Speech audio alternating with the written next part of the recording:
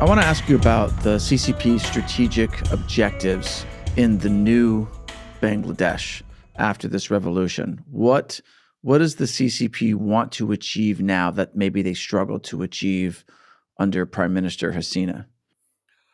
Hasina refused to give them a port, and he basically refused to give the Americans a port facility, naval facility. And I think that was a trigger why there was so much of negativity about her by Blinken and Sullivan and all that. I think they're looking at getting that port. So China would get a port in the Bay of Bengal, Exactly. and that sounds like a big deal, especially for India. Yeah, so like that would be very, very close to India. Well, they're very close in Bangladesh, for example. They're planning to come closer to the Chicken's Neck, a small sliver of Indian territory that connects our eastern states to the rest of the country. It's called the Chicken's Neck. It's literally a chicken's neck if you look at the shape of it. So the Gilly corridor. Exactly, that's right. Well said. And frankly, they have got clear strategic objectives. But in my view, I think the Chinese are going to hold their fire on all these fronts until they settle the question of Taiwan. And you and I we have discussed this in the past. I think they will wait until they settle in inverted commas the question of Taiwan, and I think the other fronts will remain inactive until then.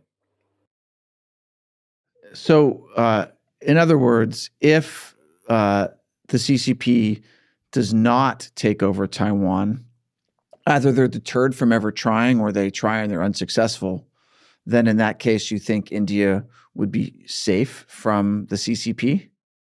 Look, Taiwan is definitely part of our security matrix. There's no question about it. In fact, there's going to be a major track 2 dialogue. I was telling you about the track 2 dialogue with Russia. I'm organizing a major track 2 dialogue, again with our Taiwanese friends. And they're emerging as a very important technology and strategic partner of India. As far as you are concerned, as far as we are concerned, their chip making abilities, their technology, their individualism, their democracy.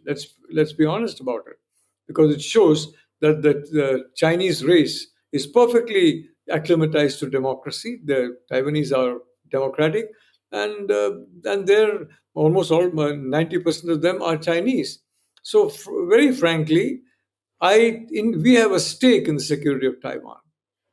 And people in the Trump administration who are going to be hopefully confirmed, they know that very clearly. So they're not going to sit idly by.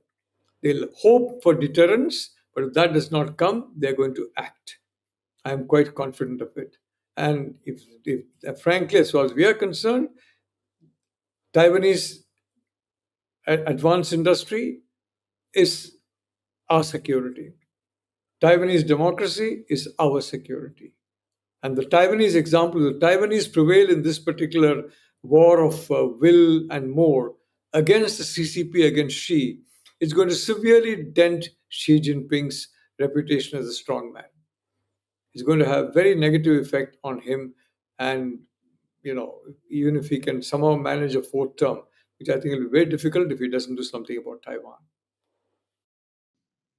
So, how active a role is India playing in trying to deter a Chinese invasion of Taiwan? We have 260,000 troops on the frontier with China. They're well armed, well equipped, and ready to fight. We have some 16, 17 Air Force bases have been freshly reopened. We have a naval presence all over the place. So I think, very frankly, that we are doing a lot. I think we are doing more. We are doing quite a lot to quote unquote deter China. We are a front that they are afraid of flaring up in Taiwan. That's why they're making very nice noises now. Oh, we are friends. We are friends for life. Whatever, whatever. They're not giving up any land that they seize, but they're saying we are friends for life. I think. Do you think that China is afraid that if they invade Taiwan, India could then use that as a distraction to push across the disputed border?